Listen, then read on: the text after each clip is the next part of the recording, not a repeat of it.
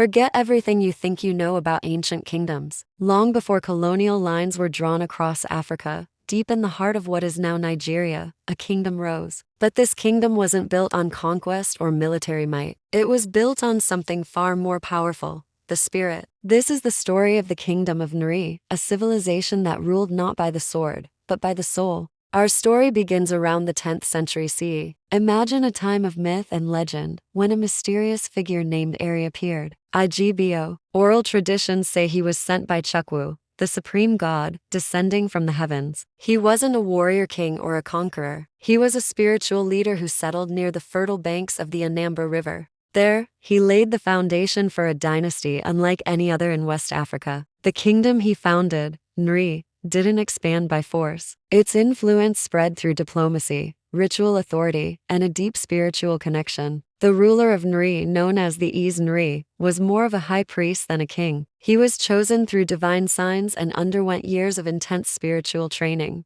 Once he was crowned, his life was bound by sacred rules. He was forbidden from shedding blood or even witnessing violence. His power was purely spiritual, yet his authority was immense. So, how did a king who couldn't fight command such respect? The answer lies in Nri's unique role as the spiritual and moral compass of the region. Villages and towns across Igboland willingly submitted to Nri's influence because they recognized its spiritual legitimacy. Instead of armies, the Nri sent out special emissaries called the Mri. These were men of peace, easily identified by their facial scarifications, who traveled from village to village. They weren't soldiers. They were diplomats, judges, and priests. They had the sacred authority to cleanse lands of abominations, purify communities after great tragedies, and settle even the most bitter disputes. Think about that for a moment. In a world often dominated by violence, Nri offered a different path. Where these emissaries walked, a murderer could find redemption through ritual, a community torn by conflict could find reconciliation, and a new kind of peace could be established. It was a kingdom that transformed violence into harmony. This spiritual power gave Nri influence that stretched far beyond its immediate borders, reaching into parts of Benin, Nasuka, and the Igala territories.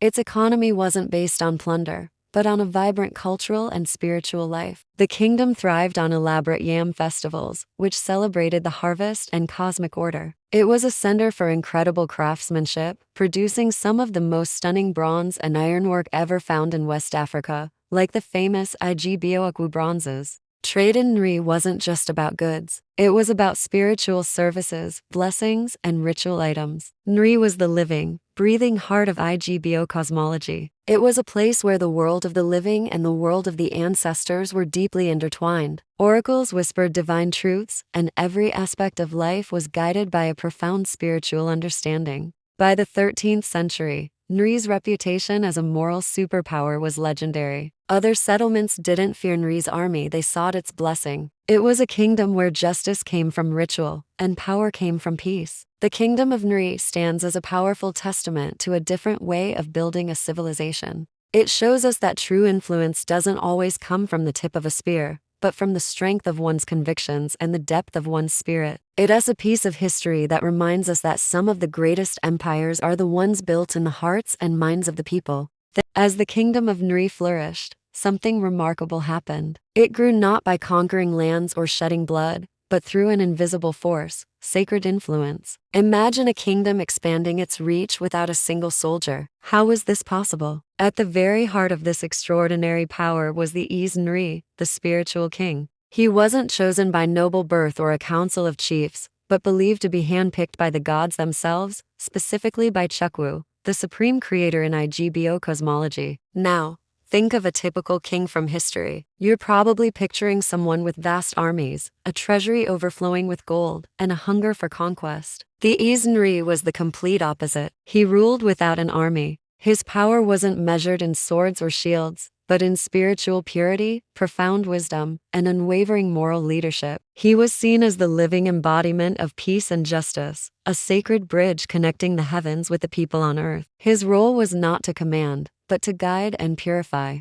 Becoming the Nri was no simple coronation. The path to the throne was a demanding spiritual journey. Before a man could become king, he had to undergo a series of intense initiations. He had to completely cut all ties with violence, renouncing any act of aggression for the rest of his life. He also had to give up all personal wealth, severing his connection to material possessions. His life would now be governed by a strict set of sacred codes, transforming him from an ordinary man into a divine figure. Once crowned, the Nri became untouchable. No one could insult him, let alone harm him. To do so was not just a crime against the king, but a grave offense against the gods, believed to bring swift and severe divine punishment upon the offender and their entire community. So, if the Nri didn't have an army, how did Nri's influence spread so far and wide? Through a unique form of spiritual diplomacy. Nri priests, known as the Nzi Naozio, title holders, traveled far beyond the kingdom's borders. They were sacred envoys, messengers of peace and ritual. Their mission was not to conquer, but to cleanse.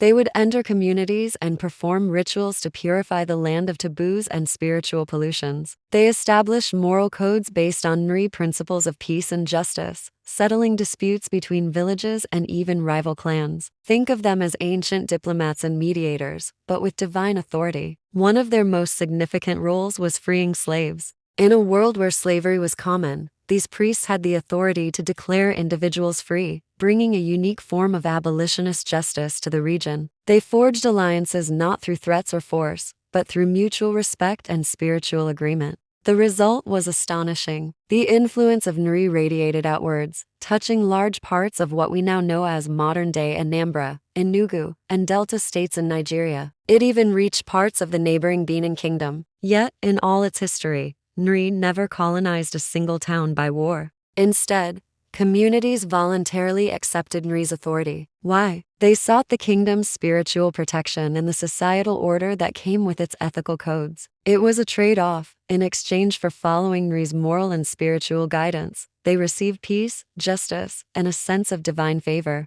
This created a legacy that is truly unique in world history, a kingdom built not on domination, but on ethics, ritual, and spiritual consent. A testament to the idea that true power can flow from peace, not from the sword. Thank you so much for joining us on this journey. If you found this story as fascinating as we did, please do well to like, comment, and share this video. And don't forget to subscribe to Lyric Chronicles, and hit that notification bell, so you don't miss the next part of this incredible tale. We'll see you in the next one.